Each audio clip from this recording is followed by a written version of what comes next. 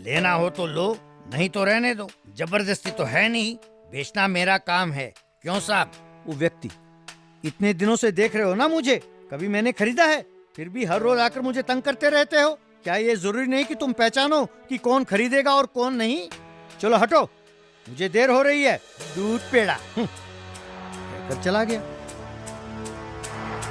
बलराम, ये आदमी क्यों हमेशा चिड़चिड़ा सा रहता है? हो सकता है इसे घर में कोई समस्या हो। ना, हो सकता है कि इसके ऑफिस में प्रॉब्लम हो। ना, हो सकता है कि दोनों हो। अरे ये क्या, लगता है ये सूटकेस भूल गया।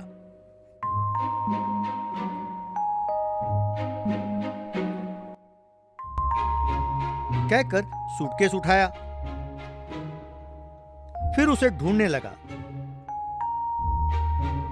रास्ते में कुछ लोगों से उसने जाकर उसका पता पूछा, पर सबने नहीं जानते कहकर हाथ हिलाया।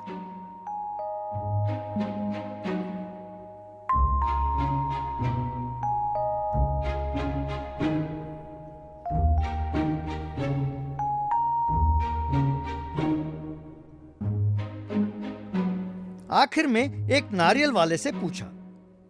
नारियल वाला, आपके कहने से लगता है कि वो निरंजन बाबू हैं। वो देखो, वही उनका घर है। यूं बलराम एक बिल्डिंग के पास आया। वहां गेट के पास 2 कांस्टेबल थे। अंदर कुछ लोग कोई मीटिंग में थे। उनमें निरंजन भी था। उनको देख बलराम सूटकेस दिखाता हुआ, साहब ये देखिए, साहब आप ही का सूटकेस है। मैं आप ही से कह रहा हूँ साहब कहकर चिल्लाने लगा। पुलिस, क्यों चिल्ला रहे हो?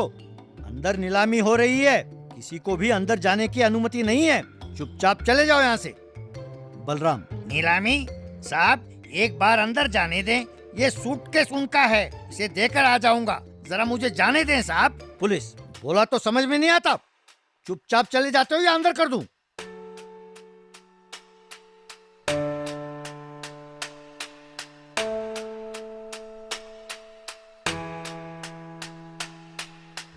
तब बलराम ने सूटकेस खोलकर देखा तो उसमें बहुत से पैसे थे। तब बलराम, अच्छा, तो ये पैसे नीलामी के लिए ले जा रहे थे। अब उसे उन तक पहुंचाऊं कैसे? अंदर एक व्यक्ति, निरंजन जी, आपने जो घर पर कर्ज लिया था, हम अब तक कई नोटिस भेज चुके हैं। आपसे कोई जवाब नहीं मिला, तो अभी हमें नीलामी करना पड़ रहा है। इस घर को 25 लाख में खरीदने के लिए एक व्यक्ति तैयार है। 25 लाख, 25 लाख 1, 25 लाख 2 कहकर बोली लगाना शुरू किया। तभी बलराम को सड़क पर एक सांड दिखाई दिया।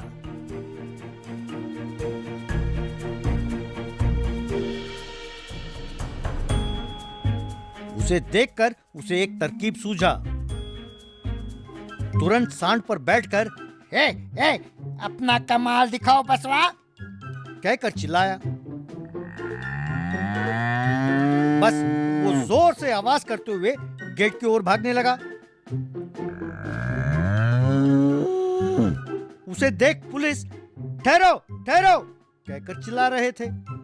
फिर भी जब वो ना रुका तो वो हटकर खड़े हो गए। बलराम सांड के साथ गेट के अंदर चला गया। बोली लगाने वाला व्यक्ति सांड को आता देख बोली लगाना रोक दिया। निरंजन ने बलराम के हाथ में सूटकेस देखा। बलराम ने सांड पर बैठे बैठे सूटकेस को निरंजन की ओर फेंक दिया। सूटकेस को हाथ में लेकर निरंजन ने जोर से, मेरी बोली है 26 लाख, मेरी बोली है 26 लाख कहकर चिल्लाया। बस 26 लाख में कोई खरीदने वाला ना होने के कारण सब एक दूसरे को देखने लगे। बोली लगाने वाला, निरंजन जी, 26 लाख में इसे खरीदने के लिए कोई आगे नहीं आया, इसीलिए अब ये घर आपका है। ये लें इसकी चाबी। निरंजन ने जो घर पर कर्जा लिया था उसे चुका दिया। निरंजन बलराम से, समय पर आकर तुमने भगवान की तरह रक्षा की, वरना बीवी बच्चों के साथ मैं सड़क पर आ जाता। ये हमारी पुश्तैनी घर है, इसी में मैं पैदा हुआ, पला और बड़ा हुआ। ये हाथ से जाता तो जिंदगी भर पछताता। मैं तुम्हारा ये एहसान कभी नहीं भूलूंगा। अब से तुम्हें गली गली घूमकर दूध पेड़े बेचने की जरूरत नहीं, तुम्हें एक दुकान खोलकर दूंगा। इस तरह बलराम दूध पेड़े की दुकान चलाता हुआ खुशी खुशी रहने लगा। तो बच्चों, ईमानदारी एक अच्छा गुण है। इस कहानी की सीख यही है कि ईमानदारी का फल